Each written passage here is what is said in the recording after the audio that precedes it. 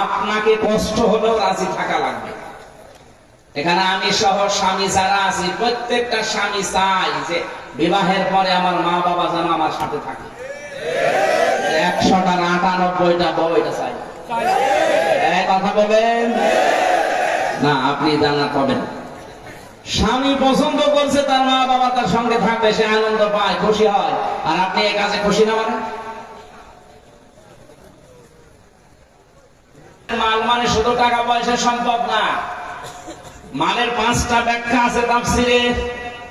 1 নম্বরে মাল মানে পৃথিবীর নেককার স্ত্রী। আর দুনিয়া কুল্লুহা মাতাউন ওয়া খায়রু মাতাউদ দুনিয়া ইমরাতুস সালিহা। নবী পৃথিবীর সব কিছু সম্পদের ভেতরে উত্তম সম্পদ হচ্ছে আল্লাহওয়ালা মেয়ে মানুষ। আল্লাহওয়ালা মেয়ে মানুষ শ্রেষ্ঠ সম্পদ এটা দুনিয়ার। এখন আল্লাহওয়ালা মেয়ে মানুষ নারী স্ত্রী এরা কারা? 4টা গুণ যাদের ভেতরে আছে এটা আল্লাহওয়ালা মেয়ে মানুষ। 1 নম্বরে যাদের স্বামী বাড়িতে আসলে দুনিয়ার সব কাজ বাদ দিয়ে স্বামীকে খুশি করার জন্য এগিয়ে যায়। এরকম মহিলা তো ঘরে ঘরে। 2 নম্বরে স্বামী যখন বাড়িতে আসবে স্বামীর জায়েজ হুকুম যদি হয়, জীবন চলে গেলেও স্বামীর জায়েজ হুকুম মানা লাগবে। সম্মানিত মা বোনেরা যারা কোথায় বসে আছেন আমি জানি না, কে কি মনে করেন আমি তাও জানি না, আপনি কি ইবাদত করে জান্নাতে যেতে পারবেন না? 4টা শর্ত দিয়েছেন নবীজি, তার ভেতরে 3 নম্বরে আপনার স্বামী। এই যে মর্যাদা মূল্য কত আপনি এখনো টের পাননি। নবীজি জানিয়েছেন আল্লাহ বাদে যদি সেজদা জায়েজ থাকতো, স্ত্রী লোকের কানের কাছে মুখ নিয়ে বলতাম স্বামী পাই সেটা করো। এত মর্যাদা এত দাম তার, আপনি তাকে গুরুত্বই দিতে চান না, জান্নাতের আশা করেন। মনে করছেন নামাজ পড়ে রোজা রাখে কালো বোরকা পরি। কিসের কালো বোরকা? আপনার আসল তো ওইটা।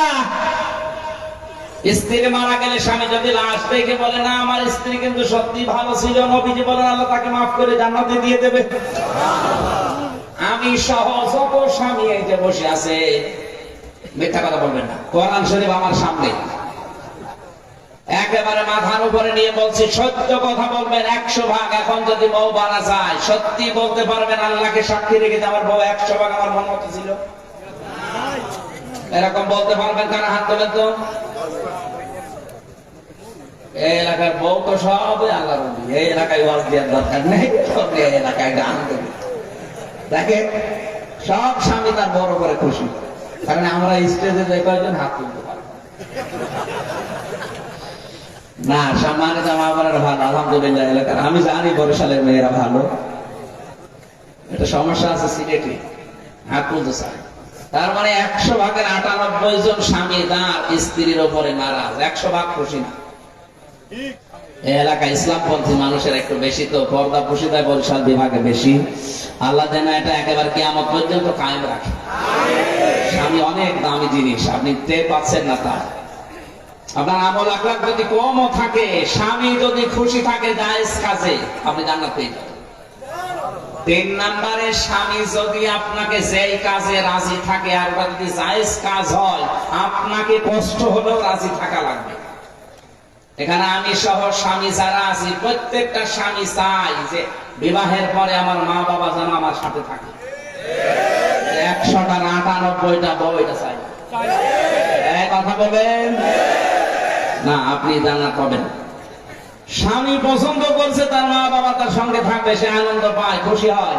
আর আপনি এই কাজে খুশি না? 4 নম্বরে স্বামীর সম্পদ এবং সন্তান আপনি দেখে রাখবেন এবং ইসলামের পথে টিকিয়ে রাখার জন্য চেষ্টা চালাবেন। যখন বাইরে থাকবে তার সন্তান এবং সম্পদ আপনি হেফাজত করবেন, রক্ষণাবেক্ষণ করবেন। এই 4টা গুণ যার ভেতরে আছে ওই মহিলা আল্লাহর নবীর ভাষায় নেককার, শ্রেষ্ঠ সম্পদ এটা। আল্লাহ এরকম বউ আমাদের ঘরে দান করেন, বলেন আমিন। মালের 2 নম্বর ব্যাখ্যায় পেয়েছি মাল মানে সম্পদ, টাকা পয়সা। 3 নম্বর ব্যাখ্যায় পেয়েছি মাল মানে অস্ত্র শস্ত্র। 4 নম্বর ব্যাখ্যায় পেয়েছি মাল মানে চেয়ার, ক্ষমতার চেয়ার। 5 নম্বরে ব্যাখ্যায় পেয়েছি মাল মানে প্রভাব প্রতিপত্তি।